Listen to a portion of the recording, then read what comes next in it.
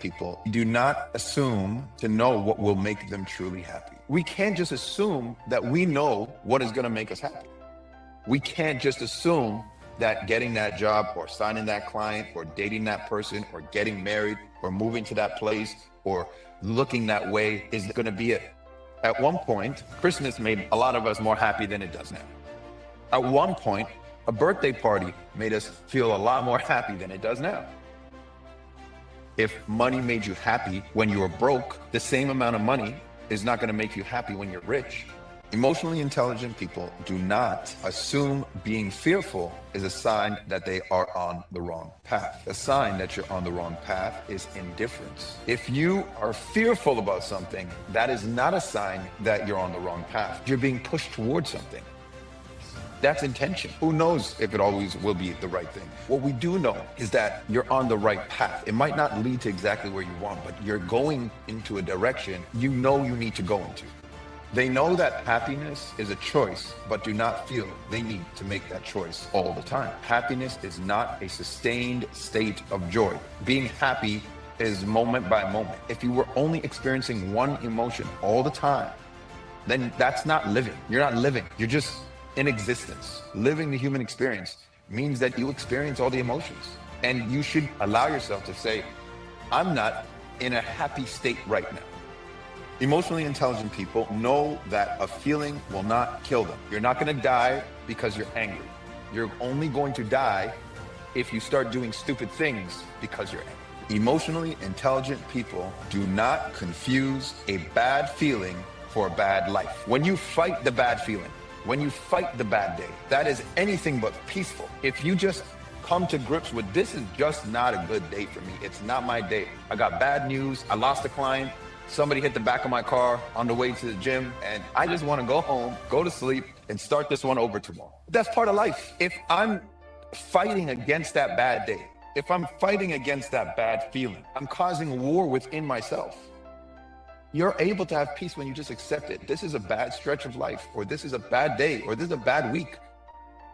These are bad feelings. But this doesn't make it a bad life.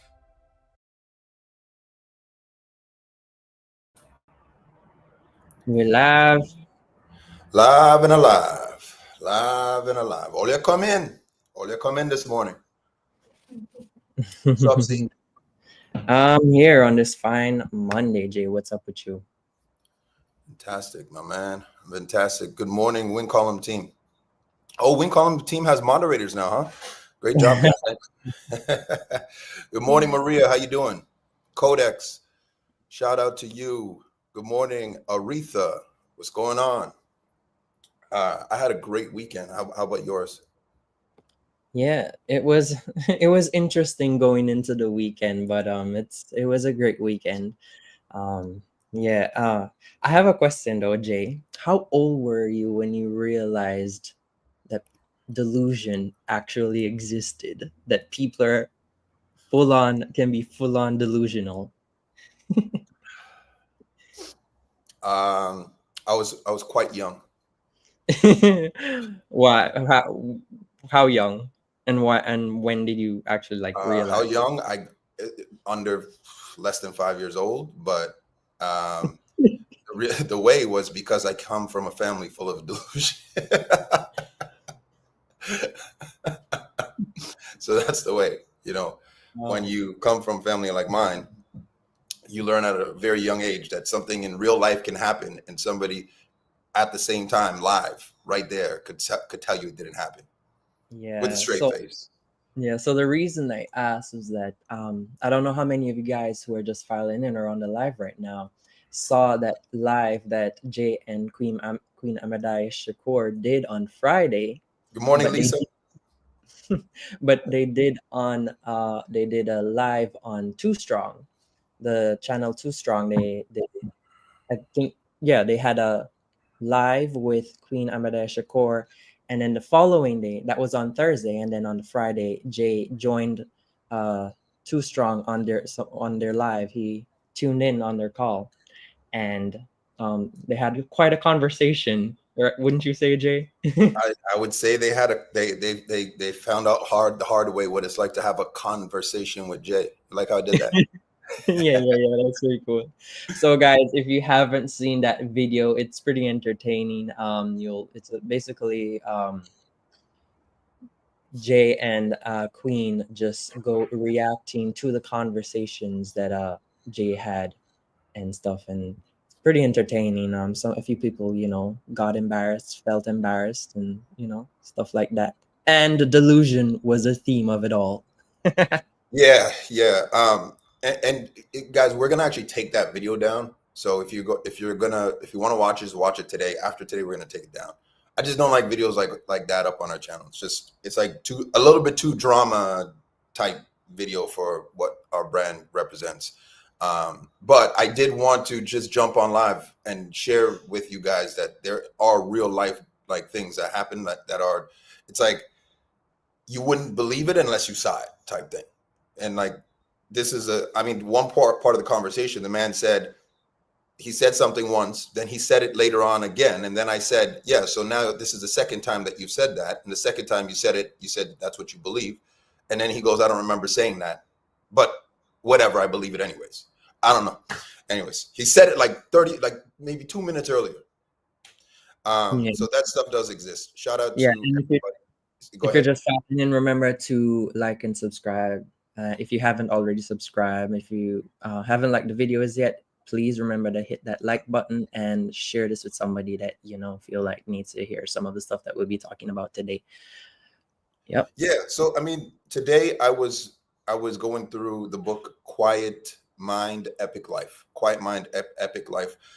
So that book, I think we talked about it last week as well. That's by actually the brother of one of my mentors. So Tom Ferry is one of my mentors. He's actually the whole reason why I got into like business coaching in the first place.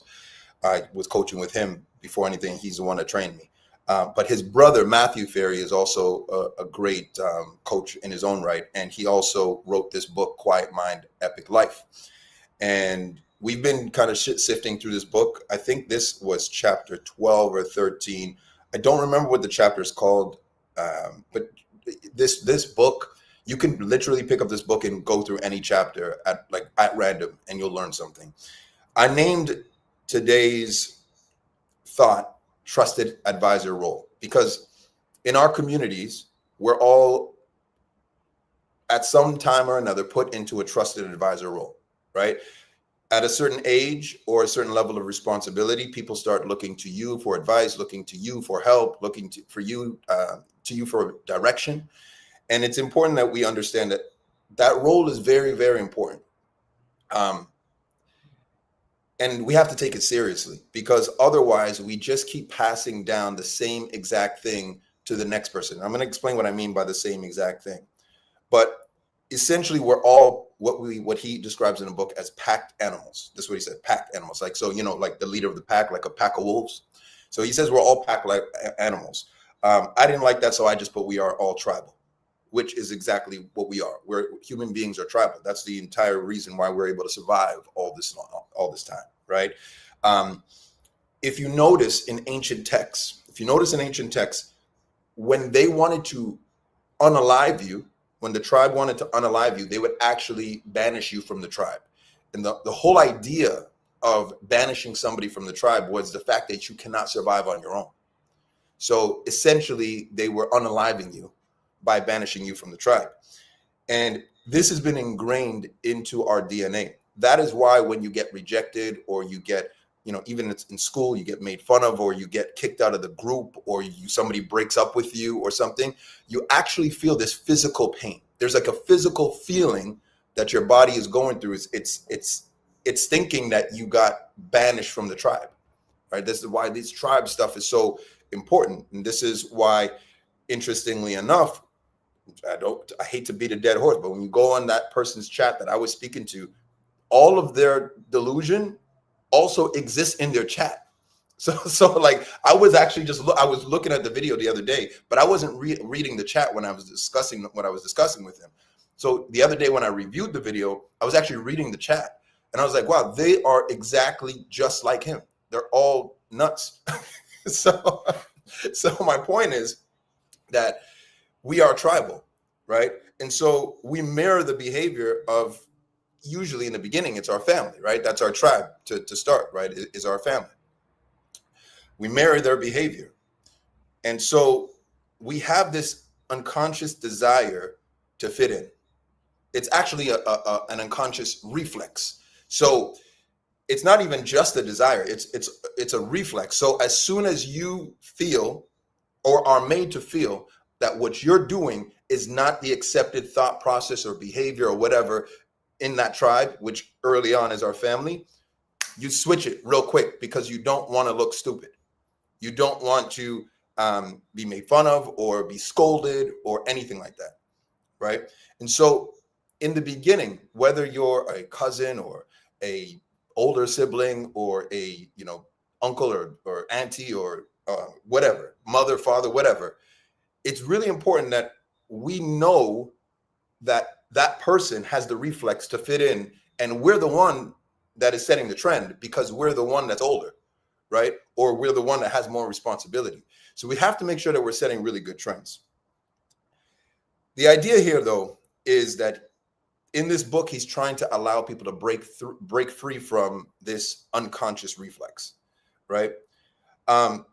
He goes, very few people are able to say what they think, dress how they want, and live how they want without upsetting the people in their life.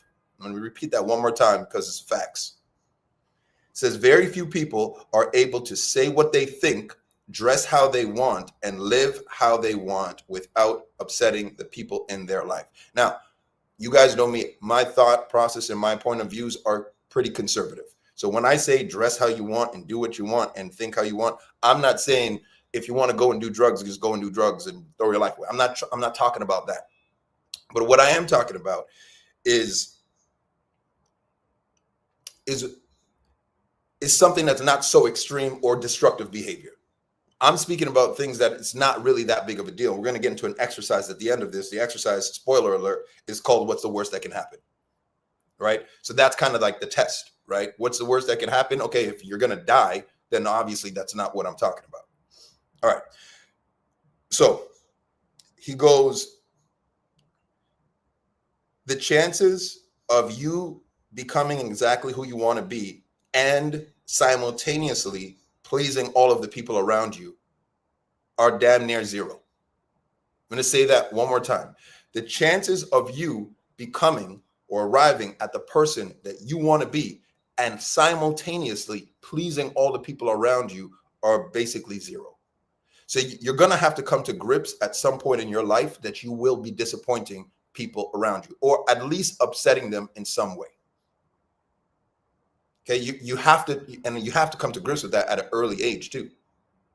Because like I told you guys before, great being a school teacher, that wasn't my path, although that's the path my mother wanted for me, to be a school teacher, because that's what she knew.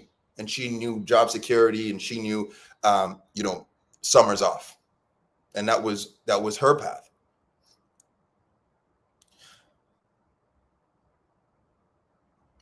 We celebrate the people who break away from the pack. So notice that. The Oprahs of the world, those type of people who break the mold. We celebrate them, right? Why do we celebrate them? Because they demonstrate one word: courage. It takes courage. It takes hupsa. I think that's what they call it. Hupsa. It takes courage to break the mold.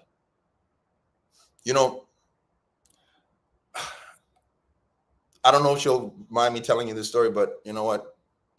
Here we go. Somebody actually really close to me, she one time had I think she had like a dog, then she got another dog. And like in my family, dogs didn't stay in the house. Dogs were outside. But in her family, when she was creating her family and raising her family, she had dogs in the house. So then she had a dog, and she got another dog. And I made a comment to her. I was like, "Oh, you're running a pet store? You're running a zoo or something like that? Like you got all these pets and animals in your house?" Because it was weird to me, because that's not how we grew up.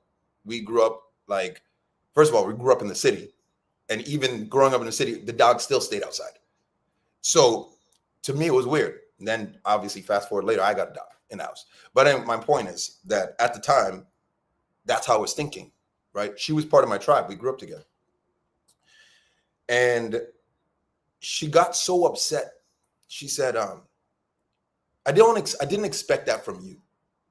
I said, expect what? Why are you being so sensitive? And she goes, no, like you sound like my dad said the same thing, or you're running a pesto. Like for him, I expect it. He's old school, blah, blah, blah. But I don't expect it from you. Like, I don't need to be, basically she was saying, I don't need to be made to feel bad because I'm doing something a little different than the rest of the people I'm around, my tribe. And I was like, okay, sorry, you're being sensitive. But it wasn't about the dog. It wasn't about the other dog that she got or the next dog or anything like that. It was about the fact that she was exercising exactly what he's talking about in this book. She was exercising her ability to do and think and act as she feels that she wants the direction of her life and her family, because at that time she had children already, younger. They were pretty young at that time. Now they're old. She wanted to be feeling okay without having people make her feel bad for just doing something a little bit different. And again, we're not talking about destructive behavior. We're talking about something that's just different and allows her to be who she is and forge her own path for her and her own family. I didn't understand that at the time. I just thought it was weird. And then I also was very insensitive when I said, okay, why are you being so sensitive about it? I've done a lot of growing. And I understand now exactly what she was trying to get at, right? Because as he writes in his book, when you break the protocol, they get uncomfortable. The other people in your tribe get uncomfortable when you break the protocol, right? They're the ones that get uncomfortable. It's disruptive to the status quo, right? They want you following what they're following because it helps their drunk monkey. Last week, remember we talked about drunk monkey, that crazy monkey in the back of your mind that keeps telling you not to do things that are good for you and tells you to be afraid and tells you don't rock the boat and tells you you're not going to be able to do it and tells you, hey, you should really rein it back a little bit, be safe, don't take risks, all of that. Yeah. It disrupts their drunk monkey. Okay. It helps their drunk monkey keep you in a neat and tidy box when you follow what they're following. And it disrupts their drunk monkeys. Their drunk monkeys go crazy inside when you do something different. I'm sitting here today and I really want to encourage you guys, please don't let these unconscious reflexes govern your life. You know how you can express yourself in healthy ways, and you know it's unhealthy. You don't need other people to tell you. And I'm speaking from a place of, like, I've grown a lot in this way because I was way different not so long ago, maybe like 8 years ago. I was much different. So I'm living proof. He writes in his book that it's how we identify who is part of the tribe and who is not. Someone not part of the pack might be a threat. Now, what he's saying is, way back in the day, right? If you didn't speak the language or you didn't say the same things or look like the tribe or sound like the tribe, it means you weren't from that tribe, right? When I say way back in the day, I'm talking about thousands of years ago. It actually meant you weren't part of the tribe. If you're not part of the tribe, you may be a threat. You may be part of the enemy tribe, right? You don't speak the same language or look the same or dress the same or act the same or talk the same or walk the same, right? It means you are not one of us. And if you're not one of us, you may be a threat.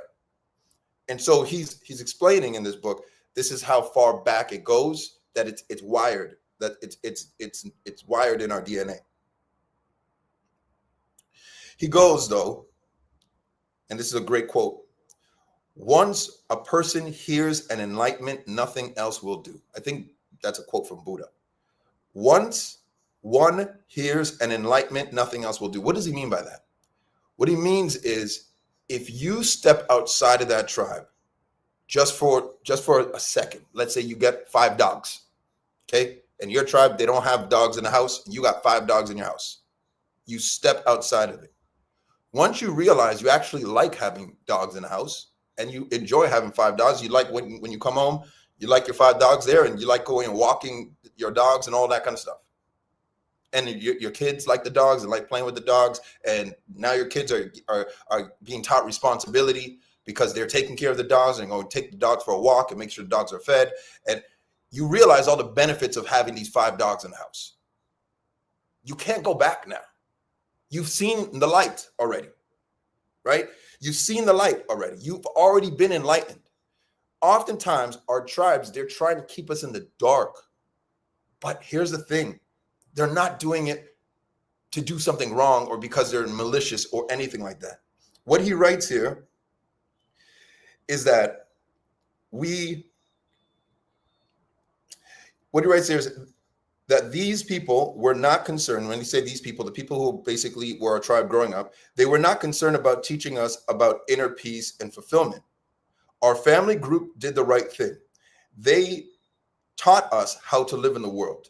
They were concerned about teaching you how to live, how to make money, how to put food on the table, how to find a spouse, how to have babies, how to keep the species alive, how to be safe. So all of these things that were taught early on, they're kind of like survival mechanisms that are taught to us, right? The last thing that, at least I'll just use mine for example. I grew up with my grandmother. Was born into my grandmother's house. The last thing my grandmother was thinking is, I really want Jay to have peace and fulfillment. And God bless her. I love my grandmother. She's my favorite person to ever walk this earth. I guarantee you, she was not looking at me when I was a kid and saying, when I was 2 years old and 3 years old, saying, I really want him to have peace and fulfillment growing up. She was saying, I want him to be strong. I want him to be a good man. I want him to be a follower of God. I want him to be self-sufficient. I want him to grow up and find a nice wife and get married and have wonderful children. That's what she was concerned about. That's what she was teaching me. When she was teaching me to cook, when she was teaching me to interact with other people. That's what her concerns were, to make sure that I grew up to be a benefit to society. The last thing that was on her mind was peace and joy and fulfillment in whoever it was that I became. Because that, to be honest with you, if you're dead, who cares about peace, joy, and fulfillment? You gotta live, you gotta survive, right? And if you're on the street, you can't make any money. Trust me, you're not gonna be that at peace, and you're not gonna have that much joy or fulfillment if you're homeless. So she was concerned about those things when she was raising me. So he says in this book, let's not try to villainize these people. We're not villainizing them. They're actually doing what they're supposed to do. They're doing the right thing. All right. I'm jumping around here, but I want to get back into when we start doing different things. He writes, you have always been different from the group anyway, so own it. I thought that was worthy of writing down this morning. Think about it. We're all different. We're all unique. Every single one of us is actually different than the tribe that we're actually in. It's just that we oftentimes don't step out of those bounds. We don't step out of those bounds because of that reflex, that unconscious reflex. But we actually are all very different from each other. So what he's saying is you've never been the same as everybody else. You've just been playing in the same box as everybody else. But really, within yourself, you're different. So he said, just own it. Just say, yeah, I'm different. So I'm going to be different. I think differently. I like different things. I have different thoughts and opinions. And I have different ways of expressing those thoughts and opinions. All right. I might have different values. So he's saying, just own it. You're already different. And he goes, bringing new perspective to your tribe, to your group, to your culture, to your family, and your circle is actually a gift to them. I really thought that was worth writing down as well. You're only benefiting them by bringing them more perspective. Not to toot my own horn, but my mother tells me that probably the best compliment she gives me usually is, nobody's taught her more in life than I have. She had me when she was a teenager, 17. So she did grow, like grow up with me. We grew up together, basically. But she says that all the time. Why? Because I was able to bring new thoughts and new perspectives and new ways of thinking. And hey, have you thought about maybe doing this differently? Right? Now she likes it. When I was 12, she thought I was a smartass, and I used to get licks for it. But now she enjoys it. Right? Now she'll call me and ask me what my opinion is on something and what she thinks I should do. Because bringing those perspectives helps the people around us. So think about it like that. Think about it like that. Then you also have peace within yourself, because you're not wrestling with yourself, because you're not denying what you believe or what you think or how you want to express yourself or your thoughts or your opinions or anything like that, or what you enjoy or what you don't enjoy. You're not denying it. So you have peace within yourself. And if you have peace within yourself, you're an asset to those people around you, right? Because peace is contagious.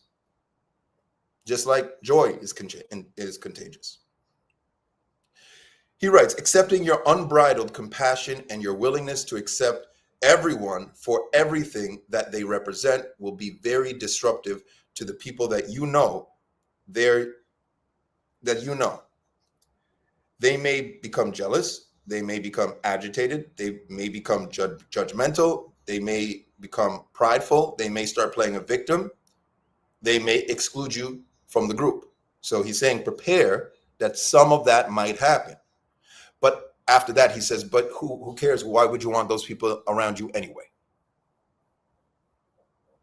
Why would you want those people around you anyway? That's like dropping dead weight. And at the end of the day, you become a person with more peace within, and you also become a person with more joy, right? And joy is expressed outwardly, where peace is expressed within yourself. Joy is expressed outwardly, right? Peace is felt within yourself, right? But what I wrote down is, and I almost wrote J, I wrote joy is attractive, Joy, not Jay. I wrote joy is attractive, but it is. When somebody just has joy and happiness and positive energy and vibes, you just want to vibe with that person. You want to be around that person. You enjoy time with that person. Joy is attractive. Misery is not attractive. Joy looks good on everybody. Misery will make you look 10 years older. Right? Joy is attractive. So if you are wrestling with yourself within, you don't have peace within, and then you don't have joy, like, you can't expect people to say, yeah, I really want to be around Jay. He's just great.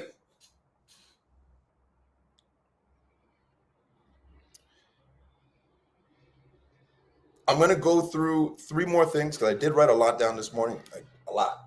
I'm going to go through 3 more things, and then I'm going to go through that exercise real quick.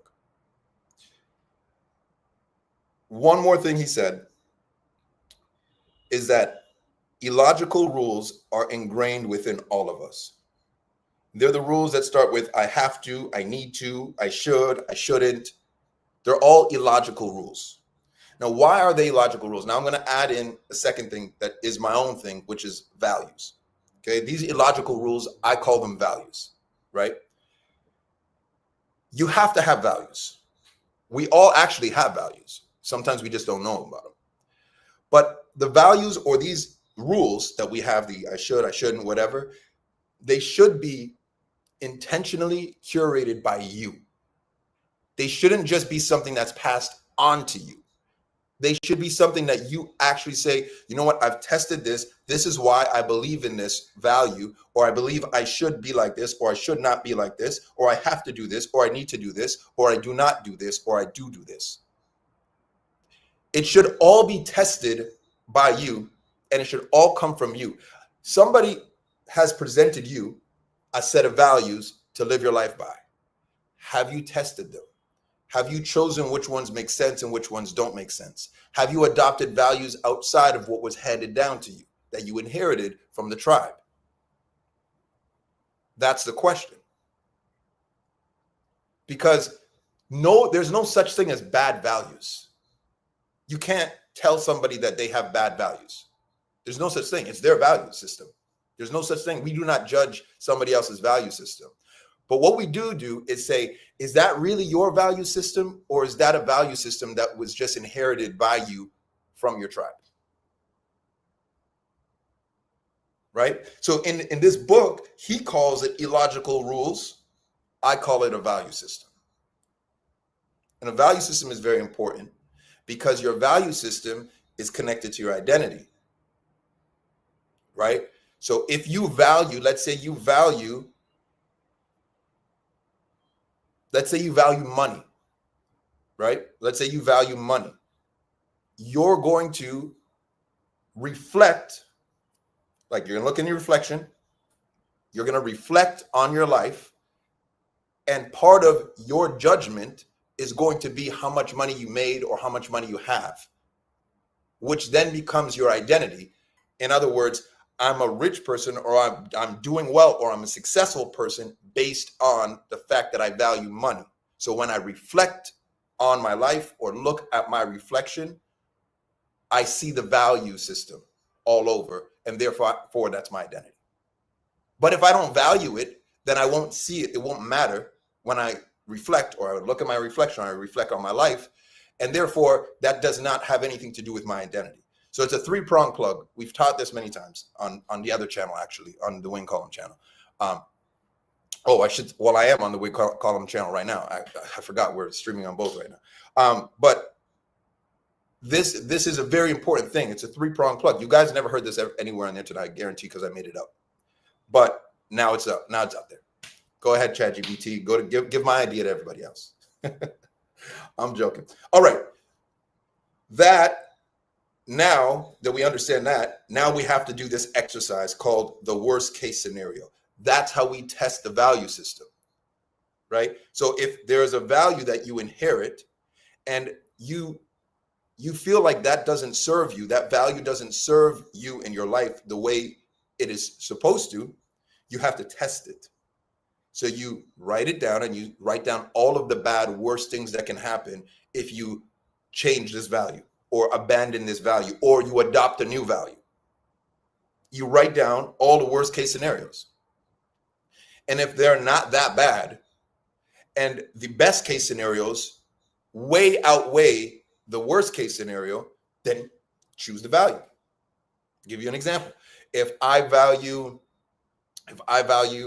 let's just use money again. If I value money and I say to myself, I need to make as much money as possible because, I don't know, let's say money nothing happens in this world without money. Let's just say that. Sorry, guys, I don't value money like that. So I'm just making this up. But let's just say I would say nothing happens in this world without money. So I need to make as much money as possible. Well, I would have to say, okay, what's the worst that could happen? Well, the worst that could happen is I could have no friends or family that can't give me something, because if I'm only valuing money, then all of my relationships are transactional. So how are you going to make me money? Okay, yeah, we could be friends, but how are we going to make money together? Otherwise, this friendship is useless, right? If I really value money that much. So I might say, well, I could end up lonely. I could end up with that many friends. I could end up maybe marrying for the wrong reason, because maybe I'm marrying for money. I could end up hurting some people around me. But if I value money that much and I say, it doesn't matter, I don't care, because even if I'm crying, at least I could cry in a Lamborghini instead of a pop-down Toyota Camry.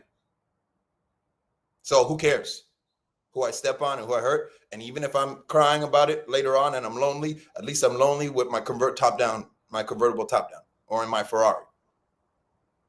Because everybody's going to be lonely anyway. So I'd rather be lonely at the top.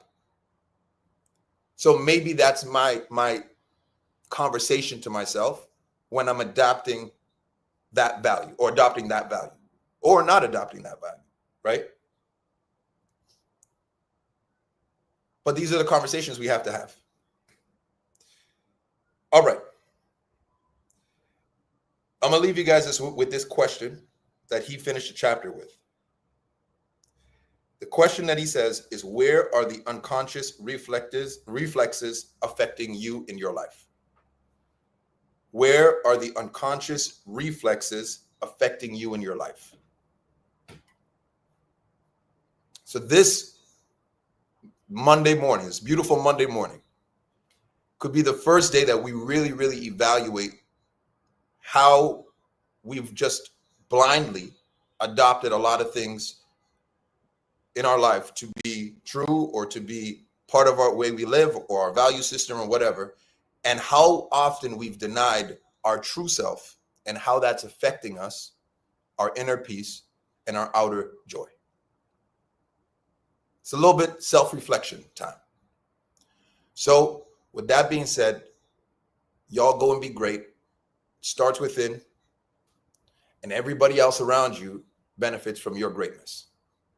See y'all tomorrow. Peace.